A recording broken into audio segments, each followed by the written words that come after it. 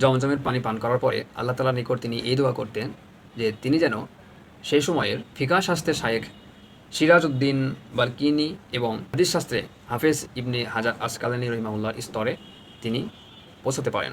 আল্লাহ তাআলা তার দোয়া কবুল করেছেন। আসসালামু আলাইকুম ওয়া রাহমাতুল্লাহি ওয়া বারাকাতুহু। প্রিয় দর্শক, আশা করছি আপনারা সকলেই ভালো আছেন। আলহামদুলিল্লাহ, আমিও ভালো আছি। এই ভিডিওতে আমি কথা বলবো আমাদের সিলেবাসের অন্তর্ভুক্ত একটি তাফসীর। কারণ তাফসীরটা আমাদের মুসলিম বিশ্বের সকল মুসলিমদের কাছে অত্যন্ত আমাদের অনার্স তৃতীয় বর্ষে একটা কোর্স হচ্ছে স্টাডি অফ তাফসীর, এবং এর পাশাপাশি আরেকটি কোর্স হচ্ছে আমরা পেয়েছি তাফসীর শাস্ত্রের মূলনীতি এবং ইতিহাস। বর্ষের যে তাফসীরটা আমরা পড়বো সেটা হচ্ছে তাফসীরে জালালাইন বিখ্যাত তাফসীর গ্রন্থ। যিনি লিখেছেন ওনার নাম হচ্ছে আল্লামা জালালউদ্দিন সৈয়দী রহিমাহুল্লাহ। তার পুরো নাম আব্দুর রহমান ইবনে আবু বকর। তিনি 849 হিজরিতে রজব মাসে মিশরের নীল নদের পাশে একটি জায়গা সুয়ুত নাম, সেখানেই জন্মগ্রহণ করেন। তার এই জন্মস্থান যে সুয়ুত, সে অনুযায়ী তাকে তার উপাধি দেওয়া হয়েছে সুয়ুতি। যাই হোক, তিনি এক বিষয়ে পাণ্ডিত্য অর্জন করেছিলেন। মাত্র 8 বছর বয়সে তিনি পবিত্র কোরআনুল কারীম সম্পূর্ণ হিফজ করেছেন। এরপরে তিনি অনেক যোগশ্রেষ্ঠ আলেম ওলামার কাছে জ্ঞান অর্জন করেছেন। তাদের মধ্যে উল্লেখযোগ্য প্রথমে যে নামটি আসে তিনি হচ্ছেন শায়েখ কামাল উদ্দিন ইবনে হুমাম হানাফি রহিমাহুল্লাহ। তো মাত্র 8 বছর বয়সে হিফজ শেষ করার পরে তিনি পর্যায়ক্রমে উসুলুত তাফসীর, উসুলুল হাদিস, উসুল ফিকা বিভিন্ন বিষয়ে পাণ্ডিত্য অর্জন করেন। বিভিন্ন বিষয়ে পাণ্ডিত্য অর্জন করার পর শায়েখ মহিউদ্দিন নামে একজন আলেম ছিলেন, তার সান্নিধ্যে ছিলেন 14 বছর, মানে শায়েখ মহিউদ্দিনের খিদমতে ছিলেন।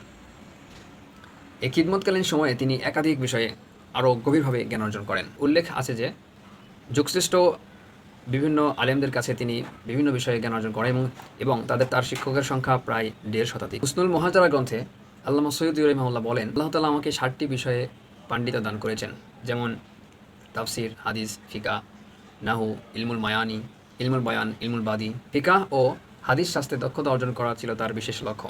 এ প্রসঙ্গে তিনি লিখেছেন, তিনি যতবার হজ করেছেন জমজমের পানি পান করার পরে আল্লাহ তাআলার নিকট তিনি এই দোয়া করতেন যে তিনি যেন সেই সময়ের ফিকহ শাস্ত্রের শায়েখ সিরাজউদ্দিন বালকিনি এবং হাদিস শাস্ত্রে হাফেজ ইবনে হাজার আসকালানি রহিমাহুল্লাহর স্তরে তিনি পৌঁছাতে পারেন। আল্লাহ তাআলা তার দোয়া কবুল করেছেন। তিনি যুগশ্রেষ্ঠ আলেমে পরিণত হয়েছিলেন এবং তিনি প্রায় 2 লক্ষাধিক হাদিস মুখস্থ করেছেন। তিনি এত কিছু জ্ঞান অর্জন করার পর যখন 40 বছরে উপনীত হলেন, তিনি এই আরবি সাহিত্য অধ্যাপনা এবং হাদিস লেখা, ফতোয়া দান ইত্যাদি কাজ থেকে বিরত থাকেন এবং পুরোপুরি নির্জনতা অবলম্বন করেন। এ সময় তিনি অধিকাংশ সময় ইবাদত, রিয়াজত, মুশাহাদা, মুরাকাবা ইত্যাদি কাজে লিপ্ত থাকতেন।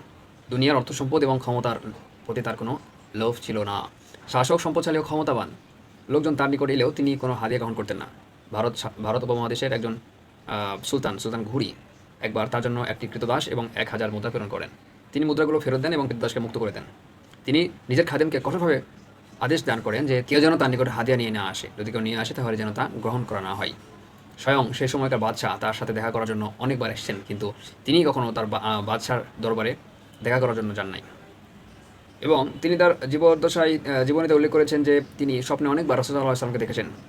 শায়েখ শাজলি রহিমাহুল্লাহ বলেন যে আমি আল্লামা সৈয়দকে জিজ্ঞেস করলাম আল্লাহ রাসূল সাল্লাল্লাহু আলাইহি ওয়াসাল্লামের জিয়ারত তার জীবনে কতবার হয়েছে। তিনি বলছিলেন যে প্রায় 70-এর অধিক।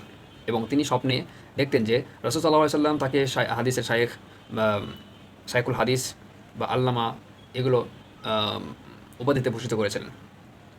তিনি তার জীবনের অনেক অবদান রেখে গেছেন আমাদের এই মুসলিম বিশ্বের জন্য, মুসলমানদের জন্য এবং এই ইসলামী দাওয়াতি কাজ অগ্রসর হওয়ার জন্য। তার সিরাত কারক উল্লেখ করেছেন যে তিনি প্রায় 5 শতাধিকের বেশি কিতাব রচনা করেছেন। এদের মধ্যে তাফসির জালালাইন উল্লেখযোগ্য। এবং তাফসির জালালাইন তিনি পুরোটাই শেষ করতে পারেন নাই, তিনি তার আগে ইন্তেকাল করেছেন। তিনি 911 হিজরিতে জমাদুল উলাই শুক্রবার দিন ছিল ইন্তেকাল করেছেন এবং তার ইন্তেকালের পর বাকি অংশ তাফসির জালালাইনের বাকি অংশ রচনা করেছিলেন হযরত জালালউদ্দিন মাহমুদ রহিমাহুল্লাহ। প্রিয় দর্শক, আমরা যদি কোনো কিছু মন থেকে চাই আল্লাহ সুবহানাহু ওয়া তাআলার কাছে, তাহলে আল্লাহ সুবহানাহু ওয়া তাআলা আমাদেরকে অবশ্যই সেটা দেবেন। কিন্তু সেটা হবে চাইতে হবে মানে আল্লাহ তাআলার কাছে একনিষ্ঠভাবে, এবং আল্লাহ তাআলার কাছে চাইতে হবে এবং তার ইবাদত করতে হবে। সেই লক্ষ্যে পৌঁছানোর জন্য আমাদের কাজ করতে হবে, পরিশ্রম করতে হবে এবং আল্লাহ তাআলার প্রিয় বান্দায় পরিণত হতে হবে। তাহলে আল্লাহ সুবহানাহু ওয়া তাআলা আমাদের মনের আশা আকাঙ্ক্ষা পূরণ করবেন ইনশাআল্লাহ। আল্লাহ যেন আমাদের সবার মনের আশা আকাঙ্ক্ষা, মনের ইচ্ছা এবং আমাদের লক্ষ্য অর্জন করার তৌফিক দান করেন। আল্লাহুম্মা আমিন। আসসালামু আলাইকুম ওয়া রাহমাতুল্লাহি ওয়া বারাকাতুহু।